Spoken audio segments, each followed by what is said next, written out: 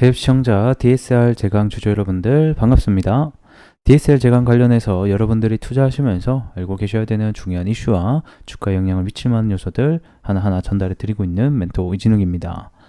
자, 현재 이 포항 앞바다에 석유와 가스가 발견됐다라는 소식 때문에 이 포항 앞바다 관련 테마가 날로 상승이 이루어지고 있죠. 우리 DSR 제강 역시 이 수추용 이 와이어 로프를 생산하는 업체로서 이와 관련된 테마에 묶여 있는 상황입니다.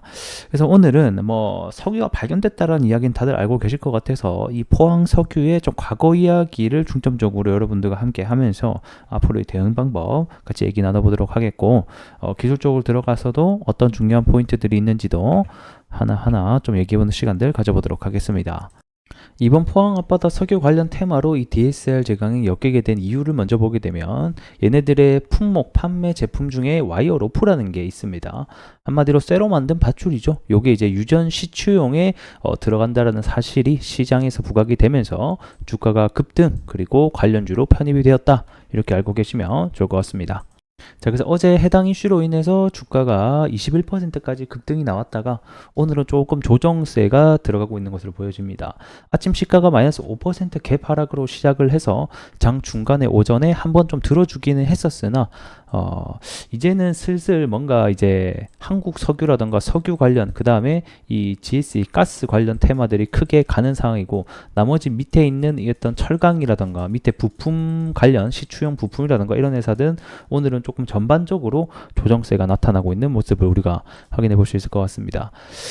지금 저는 근데 이게 금방 끝날 이슈는 일단 아니라고 생각을 하게 되고, 또 이번 주에 그 관련 시추 관련된 또 탐사하시는 분이 또 방문을 한다라고 하니까 해당 일정이 있는 만큼 이번 주까지는 단기적인 변동성에 의해서 주가가 움직일 확률이 높다, 이렇게 보고 있습니다. 자, 제가 어제 말씀드렸던 장기 평선 부근에서의 지지선이 현재는 나타나고 있기 때문에 오늘 저가 기준을 좀 깨는지 안 깨는지에 대한 여부도 중요할 것 같네요. 자, 현재 이슈가 가득한 이 포항 영일만 관련돼서 여러분들과 과거 이야기에서부터 함께 해볼까 합니다. 자, 여기는 이번에 석유와 가스가 처음 발견된 지역은 아니고요. 이 과거에서부터 꾸준히 이슈가 되던 곳이긴 합니다. 자, 처음 이제 발견이 된 것은 1976년도 때 이 박정희 정권 때였죠. 이때 이제 영일만 이 석유를 처음 발표를 하게 됩니다. 발견을 하게 되면서.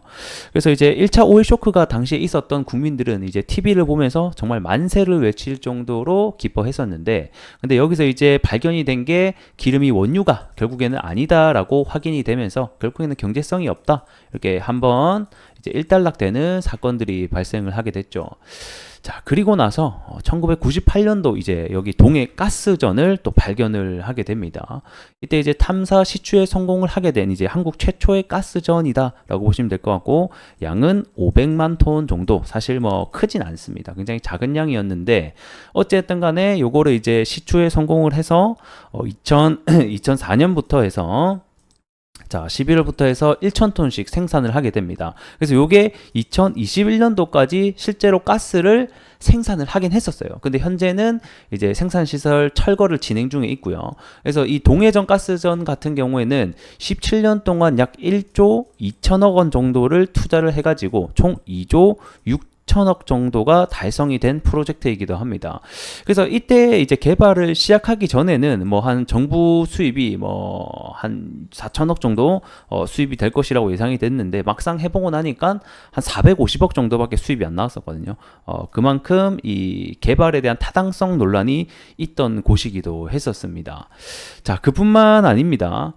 이 포항 같은 경우에는 1970년도 때도 그렇고 2017년도 3월 달에 이 포항 공원 조성지에서 이 지하수 개발을 위해서 땅을 파다가 이 천연가스가 나와서 또 굴착기에 불을 붙은 사건이 한 차례 발생을 했었죠. 그래서 지금 이제 가보게 되면 이 불의 정원이라는 공원이 있습니다. 그래서 여기 보면 눈이 와도 여기에 이제 불이 계속 타고 있는 것을 확인해 볼 수가 있죠. 자, 옛날부터 그랬듯이 결국에는 여기 포항 영일만 지역은 석유와 가스가 나와도 이상할 게 없는 지역이다라는 것을 알 수가 있을 것 같습니다.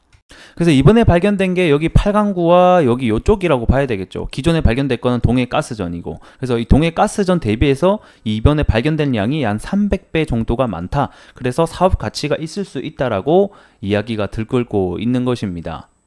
그래서 여기 보게 되면 유망구조 도출 지역이라고 나오게 되죠. 그래서 유망구조라는 것 자체가 그냥 말 그대로 예상 지역이라는 겁니다. 예상. 이게 이제 그 가스나 석유를 찾기 전에 지진파 같은 거를 보내가지고 이 지층 모양을 짐작해서 아 여기 밑에 어느 정도 뭐 석유라든가 가스가 있구나라는 것을 판단을 하게 되는데 여기 이제 지진파를 쏴 보니까 뭔가 좀 특이한 어떤 트랩들이 발견이 된다는 거죠. 이게 판단이 되면 여기가 유망구조 지역이다라고 설정을 해놓고 여기 이제 시추를 해서 정말 석유가 있는지 어느 정도 양이 있는지 확인을 하는 이제 작업이 들어간다. 라고 보시면 될 것 같고, 그래서 일부 측에서는 시추를 통해서 실제 매장 여부를 확인을 해야 된다는 의견도 있고, 뭐 이제 매장 가능성과 경제성을 장담을 할 수 없는데 한 번 시추할 때마다 1,000억, 5번 하면 5천억이 들어가니까 막대한 비용을 쏟아붓기가 어렵다 뭐라는 다양한 의견이 있긴 한 것 같습니다. 그래서 이번에 이 매장 보고서를 쓴 여기 회사가 도대체 어딘가 요거를 봤더만 이 미국의 액트지오라는 회사가 요거를 뭐 한 것 같더라고요. 그래서 요 회사가 사실 소기업이에요.